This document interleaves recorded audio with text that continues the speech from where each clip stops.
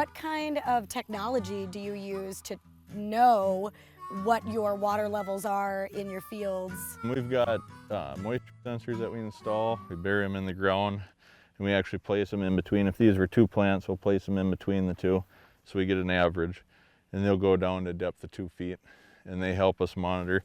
The other tool we have is the shovel. Is really hard to beat. Yeah. If you go out every day in the morning and the evening, you can check the fields physically with your hands, feel the soil, and have an idea how much time you have left before you need to put water on. They're wireless, so we can check them on our phone. You can see where they're at.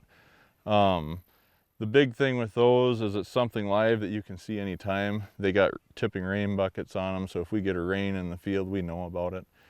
Yeah. They update every few minutes. But we can look on the phone, and we can also see there's a sensor every 4 inches on the probes going down. How big is a probe? 2 feet.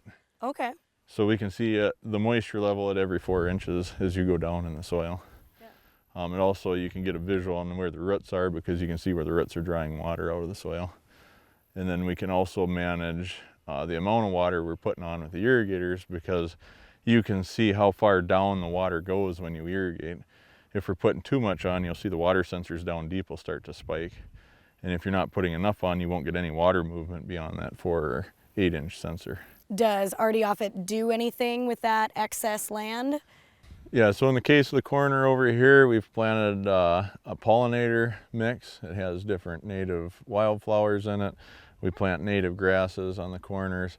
And then we also, in this case, have planted the corner to jack pines as well. So we try and fill the corners in with native species, pollinators, and jack pines, or Norways. We plant various conifers that are native to the area. Tell me about the impact on agriculture that could come to be because of the Ag Innovation Campus. I think the campus is going to be really impactful for anything that is in the developmental stages.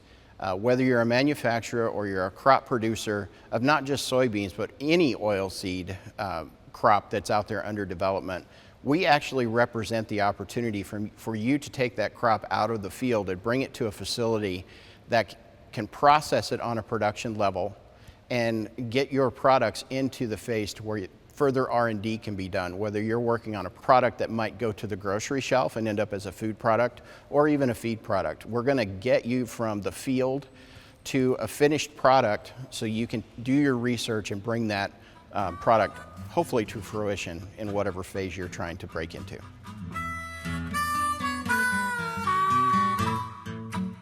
What does an environmental technician do day to day? So what I do day to day is when I get here, we take samples of the water all around through the whole treatment facility, end up at our ponds, and we send those in for analysis to make sure that our levels are good, it's safe, we're in the right direction, that we're producing clean water. Okay, tell me what an environmental technician does. We manage all the wastewater that's here on site and all the byproducts. We treat all the water so then it is clean and efficient to discharge back to the river.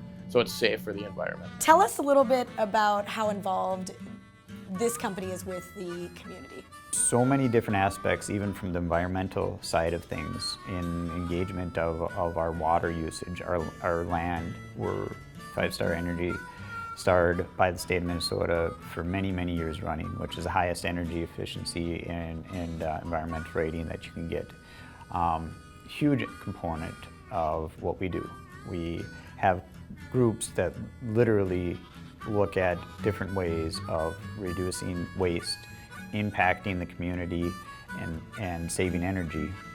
Huge energy conscientious company, but work through programs to better reduce our energy impacts from an electrical standpoint, from a boiler refrigeration standpoint, from a gas use standpoint on a regular basis.